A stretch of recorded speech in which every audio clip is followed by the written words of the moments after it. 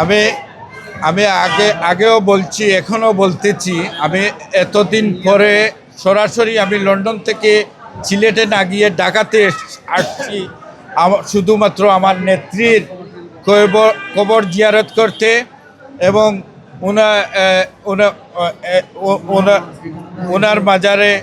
ওনার মাজারে যাব, জিয়ারত করব এবং ওনার মাগফিরাতের জন্য দোয়া করব এবং আমার আমার আমার সাথে আমার সাথে আমার আরাফাত রহমান কুকু ক্রিয়া চক্রের অনেক কর্মীরাও থাকবেন এবং আজকে যে এই এই বিষয়গুলোর আয়োজন করছেন স্যান্ডেলিনা সো, রূপচর্চায় আভিজাত্য।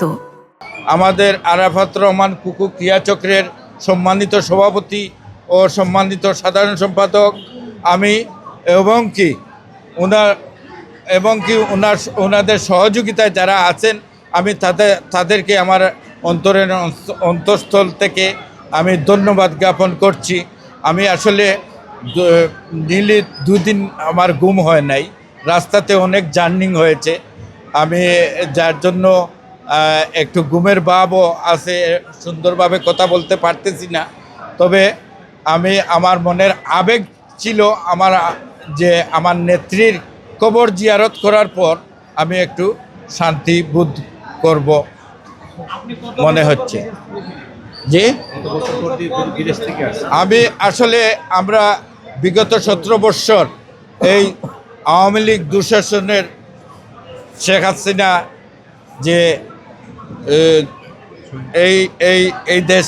এই দেশের মানুষকে এক ধরনের জেলের ভিতরে বন্দি রেখেছিল, ঠিক তদ্রূপ আমরা বিদেশে থাকলেও, ইংল্যান্ডে থাকলেও আমরাও জেলের ভিতরে মনে করতাম। কেন? কারণ হচ্ছে আমাদের মাতৃভূমিতে যখন আমরা আসতে পারি নাই তখন তো আমরা জেলেই। তো বিগত 17 বছর যুক্তরাজ্য বিএনপির প্রেসিডেন্ট এম এ মালেক ভাইয়ের নেতৃত্বে আমরা ধারাবাহিকতায় আন্দোলন চালিয়ে গেছি, আর সেই আন্দোলনের সফলতা এখন পাচ্ছি 5ই আগস্টের পরে।